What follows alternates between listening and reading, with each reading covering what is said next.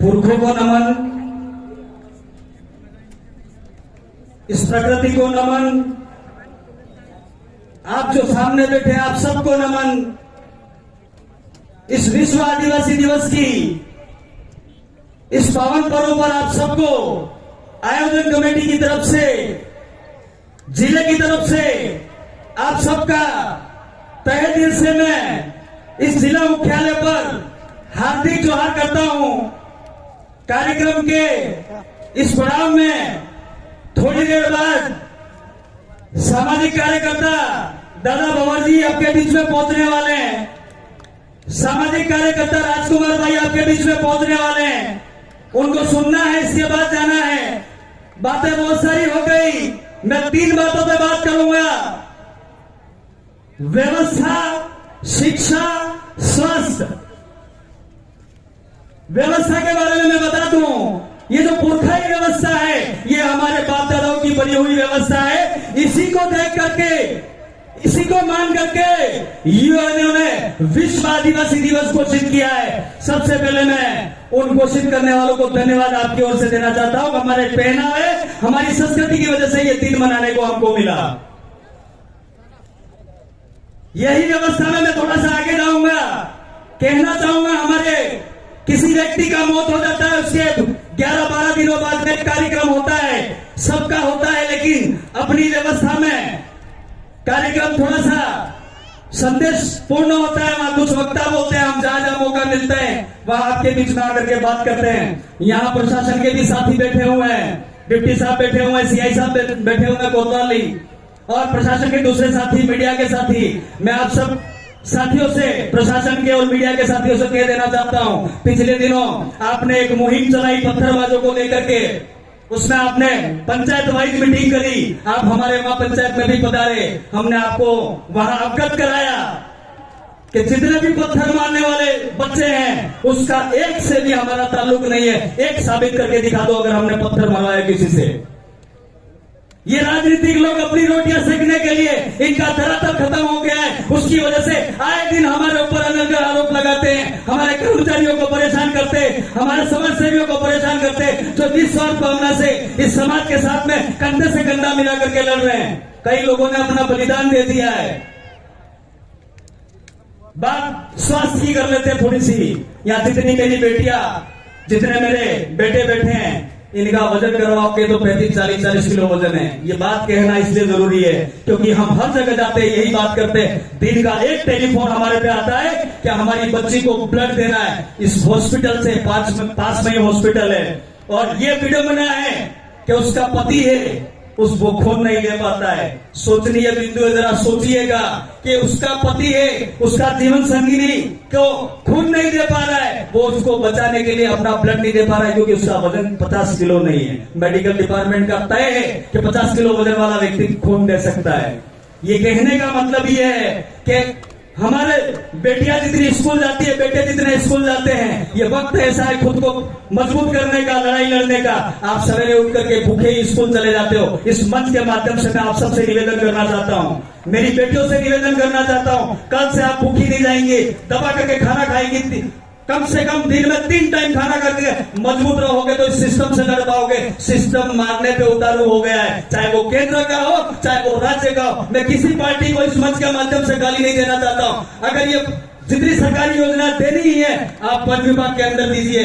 क्या कारण है कि आदिवासी निवासरत रहता है वहीं आप इन योजनाओं को देते हैं? ये कहने का मतलब इसलिए, मेरी पंचायत का मसला था, वन विभाग की जमीन को लेकर के वहां पंचायत भवन बनवा रहे हैं हम लोग। तो ये जितने पावर प्लांट आते हैं, जितनी भी स्कीम आती है सरकार की, ये इस वन विभाग के क्षेत्र के अंदर सरकार क्यों नहीं लगा सकती है? अडानी अंबानी को दे सकती है, तो यहाँ देने में क्या मौत आ रही है इनको?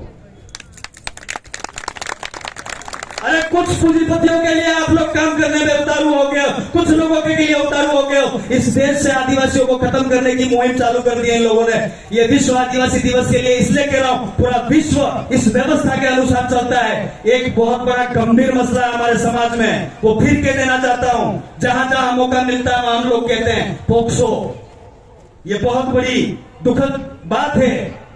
प्रशासन के भी साथियों को अवगत करा देना चाहता हूं। राजी खुशी साथ में जाते हैं, 5 लाख की लालच में वकील, 5 लाख की लालच प्रशासन के अधिकारी उस बेटी के और उस बेटी के द्वारा बेटे के खिलाफ मुकदमा दर्ज करा देते हैं। वो दादा तो 16-17 साल का है, जब वो बाहर आता है तब उसकी उम्र 36 से 40 साल के आसपास हो जाती है। वो मेरी उम्र का होकर के बाहर आएगा। साथियों, सोचने का वक्त आ गया है। ये जितने भी मसले हैं वहां उस पंडाल के अंदर कमेटी व्यवस्था के कमेटी बैठे हुए हैं, उनसे जाकर के संपर्क करके गांव के वडीलों से, गांव के रिटायरमेंट कर्मचारियों से आप मिलकर के काम करें। एक लाश पत्थरबाजी का जो मामला है, यहाँ जितने बैठे हो, यहाँ जितने कर्मचारी आए हो, जितने कमेटी आए हो, जितने नेता आए हो, उन सब की जिम्मेदारी बनती है अपनी अपनी पंचायत में 10 लोगों की ऐसी टीम बनाए जो रात के अंदर गश्त लगाए। और ये पत्थर मारने वाले किसी के सगे नहीं है। वो देख के नहीं मारते कि आदिवासी है, बामण है, ये राजपूत है, ये बनिया है। वो लूट मार करने के लिए, उसकी आकांक्षा को पूरा करने के लिए, उसी बात को जोड़ते हुए मैं मेरी लास्ट बात कहना चाहूंगा। सरकार बहुत सारी स्कीमें देती है, पंचायत के माध्यम से, प्रधान कोटे से, एमएलए कोटे से, सांसद कोटे से बहुत सारी स्कीम्स देती है। फ्री की रेवड़ी बढ़ती है, ऐसा पिछले चुनाव में चला। अगर देना ही चाहती है सरकार, अनाज तो हम पकाने वाले लोग हैं, खाने वाले लोग हैं। अगर देना ही है, हर घर में एक बेटा पड़ा हुआ है, हर घर में एक बेटी पड़ी हुई है, उसको नौकरी दे दीजिए बिना कंपटीशन के। अगर आपको देने का ही शौक है और देना ही चाहते हो, आदिवासियों का भलाई करना चाहते हो, हर बेटा बेटी ट्रेनिंग करके बैठा हुआ है, उसको नौकरी दे दीजिए। यहाँ की समस्या खत्म हो जाएगी।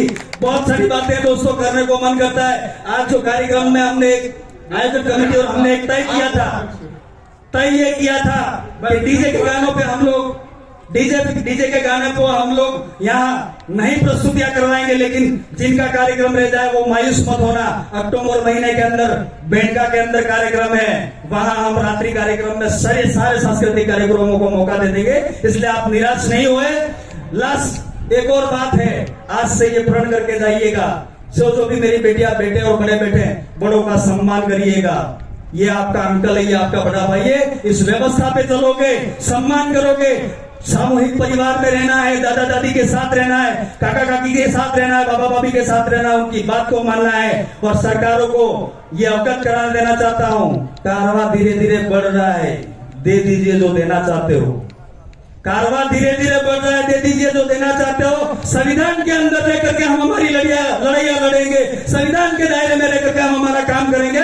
और हम पे ये दोनों राजनीतिक पार्टियों को कह देना चाहता हूं, वो जो आरोप लगा रहे हो आप लोग, उन आरोपों का जवाब हम दे सकते हैं, लेकिन हम हमारी ऊर्जा व्यर्थ नहीं करना चाहते हैं। हम हमारे समाज को इकट्ठा करने की बात कर रहे हैं, मुस्लिम कम्युनिटी को साथ लेने की बात कर रहे हैं, एससी कम्युनिटी को साथ लेने की बात कर रहे हैं, दलित पिछड़ों को साथ लेने की बात करें। पूरे भारत के अंदर आज एक आवाज गई है, संसद भवन के अंदर आदमी बोलता है, लोकसभा विधानसभा के अंदर एक आदमी बोलता है, वो आपकी आवाज वहां बुलंद हो गई है।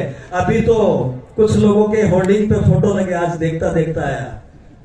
पिछले टाइम क्या हुआ था भैया, 5 साल पहले क्या हुआ था? अब तो आपको समाज भी याद आने लग गया, अब आपको समाज भी दिखने लग गया, आप बोलने लग गए। अरे हमारे लोग वहां नहीं गए होते, नहीं हटते तो आप लोग कहां से बोल पाते? बढ़िया है, कम से कम बोलने तो लगे। हम तो ये कहना चाहते हैं, आना ही है तो एक मंच पर आ जाइए। ये आदिवासी परिवार का बहुत बड़ा कारवां बढ़ता जा रहा है। एक दिन कम से कम पार्टी छोड़ दीजिए, डंडे झंडे छोड़ दीजिए, हमारे साथ कंधे से कंधा मिला करके आकर के खड़े रहिए। आपको समाज सम्मान देगा, मान सम्मान देगा। इन्हीं बातों को कहते हुए धन्यवाद। जय जोहार, जय आदिवासी। एक नारा लगवाऊंगा, मान रहे सम्मान रहे। पीछे वालों को बिल प्रदेश को मान नहीं देना है। अरे मान रहे सम्मान रहे, आवाज दो, अरे आवाज दो। अभी तली अंगड़ाई है, फिर मिलेंगे, फिर बात करेंगे। खुश रहना, बात रहना। जब भी मिलेंगे समाज के लिए बात करेंगे। जब तक इस शरीर के अंदर आखिरी खून का कतरा बचता है, तब तक इस कम्युनिटी के लड़ते रहेंगे। धन्यवाद। जय जोहार।